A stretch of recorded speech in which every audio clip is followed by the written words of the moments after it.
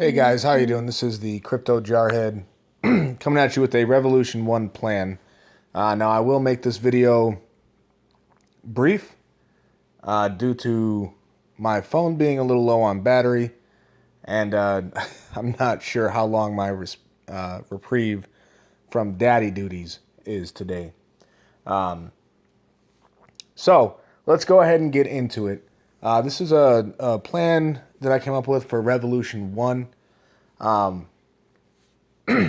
The purpose, I like to make these plans and put them out here, not necessarily so that you can follow my plan to the letter. That's not really why I do this. I do this to kind of to throw out some just general info out there in the hopes that you create your own plan. So what I hope that you do when you watch these videos is start, think about what you invested and where you want to be at in order to take out your profits in a good manner and to ensure that you are making some profit. And not just throwing this in there and hoping that it gets to, whatever, $20 a token where you're going to sell everything. Dan, the creator of the game himself, talks about, taking out profits in a smart way. And I thought that, I know what he's talking about when he says that, but I wouldn't have known what he was talking about, a month or two ago when he said that. So my own little contribution here, hopefully this makes some sense to you if you were kind of curious as to what he's talking about. So let's go ahead and get right on into it.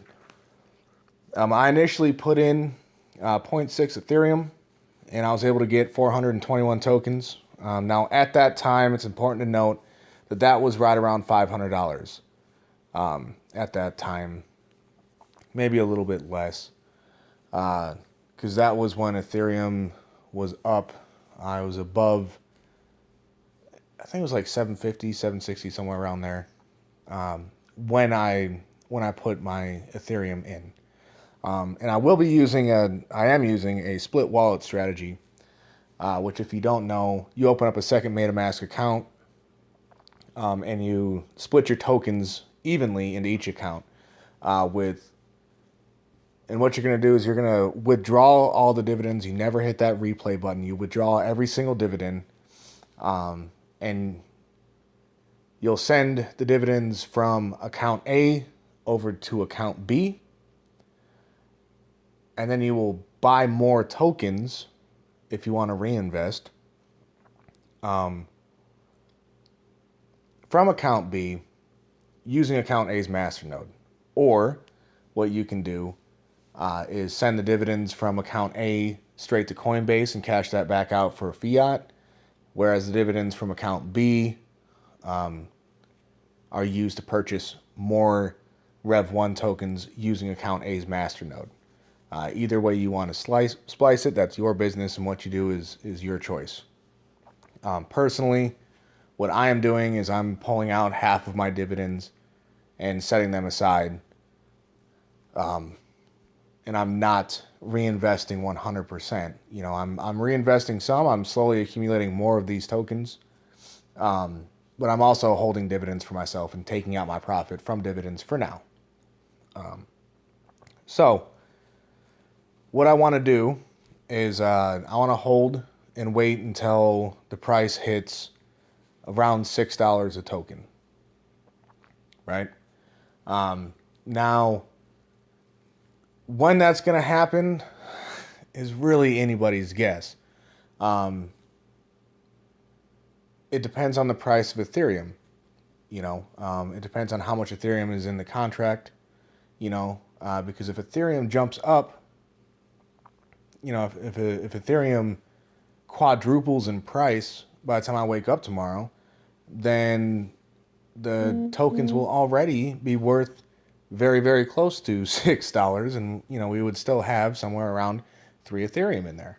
At the same time, if Ethereum continues to drop and it hits $300 or $400, it could take a while for that price to hit $6. In which case, it would probably be in our better interest to start looking at it as simply how much Ethereum can we pull out? So if, for example, there's ever a point in time where selling a quarter of my tokens would equal 1 Ethereum, that would probably be a good benchmark for me to go ahead and take some of my profit and pull that Ethereum out of the contract. Keep in mind, I'm still keeping the vast majority of my tokens in there.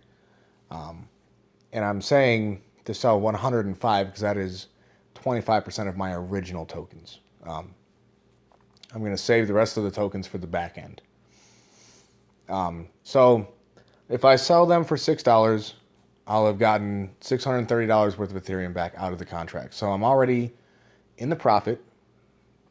And what this does is it buys my confidence in holding, because at this point, I've already made a profit. I've already pulled it out of the contract. It is already in my wallet. Not that Rev1 can be hacked. I mean, the creator gave the private key to the whale to a complete stranger and told him to hack it. And Yogi couldn't. It was Golden Yogi did it. And Yogi's a good guy. Not that he would have, but the fact that he wasn't even able to is mind-blowing. It's absolutely boggling that this is that strong of a platform. But regardless, for me, it buys my confidence to just go ahead and hold off and wait and support it in any way I can, such as making videos, talking positively about the program, and honestly as well. Because at WPI, if we see an issue, we're going to report the issue. We're not just going to hide it and only talk positive. We will mention the negatives as well. And of course, it is up to you what you want to get into. So moving on. After that, when the price hits $12, I'm going to sell another 105 tokens. Okay, that's going to get me $1,160 for a total of $1,890. Continuing on, here's where it gets a little tricky. There's going to be quite a bit of Ethereum in here at this time. And as much as I love Revolution1, and I do, these games always have a tipping point. They always get to a certain price, and then they go back down. It's just the way it goes. And the community behind Revolution loves it, and they're strong and everything like that. But all these games do have a tipping point. I don't know where that's going to be. No one does. I'll tell you this much. I hope it's a hell of a lot higher than $12, but or $15. But we'll see. So the third stage of my plan is for either $15 or $8. Okay.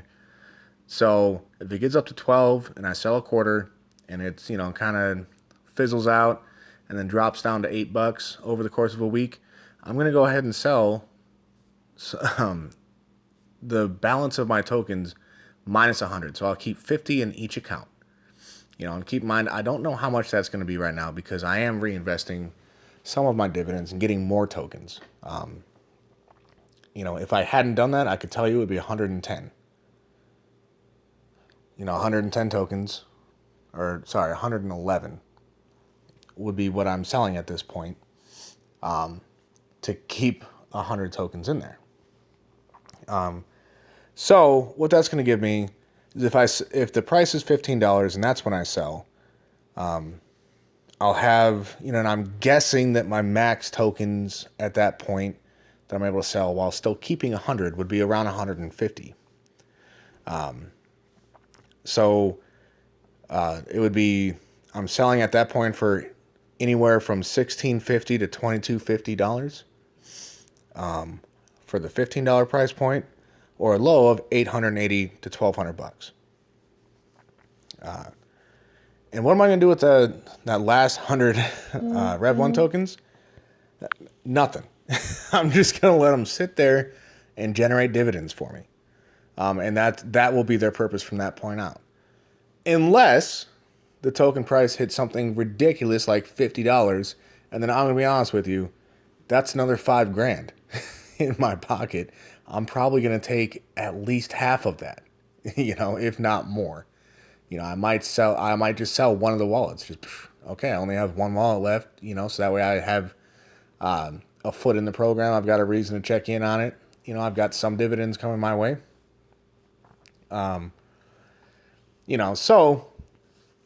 in the grand total, if we hit these price points here, would be $2,770 up to $4,140. Depending on how many tokens I do end up generating with my dividends, and if I'm selling it for the third time at 15 or 8.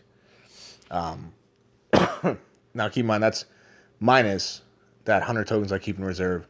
If the price hits $50, add up to 5,000. One more thing to keep in mind, this does not account whatsoever for dividends at all. This is just straight selling tokens. The reason I'm not accounting for dividends is because I can't account for dividends because they're great, but they're unpredictable. You never know how much you're going to wake up to. You never know how much you're going to generate in an hour. I can tell you that there have been times where I go to claim my dividends, and the blockchain takes a little while to process the transaction. So in that 30 seconds or a minute or whatever it was when I hit submit on MetaMask, until it processes, I go back to the website and I already have another 10 or 15 or 20 cents in dividends. Not every time, but that has happened a couple of times to me. And there have been other times where I cash out, withdraw my dividends, and it takes half an hour for me to see any more pop in. It really just depends on the time of day and how many people are playing that day. So I'm not going to try. I'm not even going to attempt to try and account for something that you can't account for. You don't know how much you're going to make. So I look at dividends as just the cherry on top, and in the meantime, it is generating enough money for me to, still be very excited about the project, because I am generating a pretty decent amount of money with this project. It's nice, nothing crazy. I'm not generating hundreds or thousands of dollars a day, nothing crazy like that, but 5, 10, shoot, I think I made $20 one day. That was really nice, and I didn't have to sell anything. I still have every one of my tokens. So I really love this project. I do like, I'm a fan of these games in general. But this project is something special, and I do see it going very far. I don't know if I see it going to 50, but I do see it going very far. It definitely has the potential to usurp the throne of weak hands, and that hit almost 20K. So I do think it can go past that. So that's all I've got for the plan tonight. As always, if you have any questions on it, feel free to leave me a comment. I do love hearing from you guys. And then as far as the Crypto Plumber schmear video that he put out, I think it's a load of bullshit. He himself even admitted that he didn't spend any time looking into Rev1. This was simply, he doesn't like crypto gems, probably because he hates the Oracle. And this is speculation, by the way, but I think it's because he hates the Oracle and doesn't realize that crypto gems is no longer tied to the Oracle. Gems went and did her own thing, as a lot of us did. I personally don't follow what he does anymore. I don't even watch his videos anymore. I'm not a fan at all of the way that he conducted himself.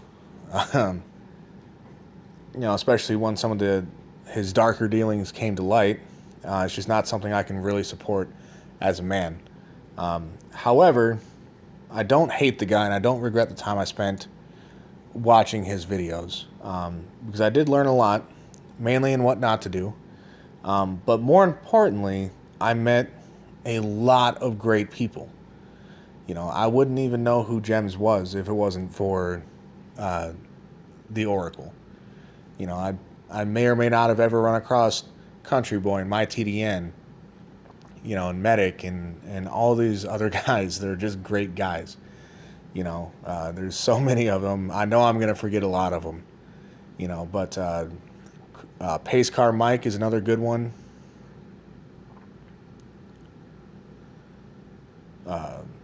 Crypto Keeper. Damn, how did I almost forget Crypto Keeper and Crypto Profits, and all those guys. They're great guys.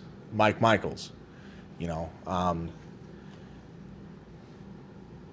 I can't say I never would have run into all these guys if I had never watched the Oracle, but as a result of what I was doing with the Wolfpack, that is when I happened to come across all these great people. With that being said, I'm now a part of War Pig Investments. Sorry, lost my train of thought there for a second. Thought I heard the kid, but no, he's not awake yet. So, anyway, I'm now a part of War Pig Investments, and I will be posting the link to their Telegram on the description of this video. It's a great community. What we are all about is we're tired of getting scammed. We're tired of seeing other people getting scammed. So what we want to do now is we're trying to vet as many projects as we can, as well as we can, to kind of give our seal of approval or maybe a word of caution about some of these projects. And it's not just lending spaces. It's not just DApp games. It's not just ICOs. It's not just anything. It's we're trying to do as much as we can in the entire crypto space. We have a whole team of investors and day traders and YouTube people, and all this, that, and the other, ICO specialists, anything you can think of. We actually have people that do it, and are experts in that field. We have our own guys that know programming. We have our own guys that do designs. It's a community unlike any I've ever experienced. And I'm loving every single second that I spend there. So I will be posting the invite code to their Telegram. If you have not joined, it would probably be worth it for you to at least check it out. Come say hello, and hang out for a little bit. And, if it's not for you, there's no harm done. No hard feelings when people leave. It is what it is. So that's all I've got for tonight. I hope you have a great night and have yourself a very good Memorial Day. I don't like to wish people a happy Memorial Day because it's not generally a happy day for me. But it is good to reflect, and be thankful for what we have, because there's a lot of places around the world that may not have it as good as we do here in America. And if you're not in America, that's okay too. I hold no ill will against any country. I have friends, that I remember on Memorial Day. So have yourself a good Memorial Day, whatever that means to you. Whether it's getting together for a barbecue, whether it's celebrating, just another day off from work, whatever it means to you, have a good day tomorrow.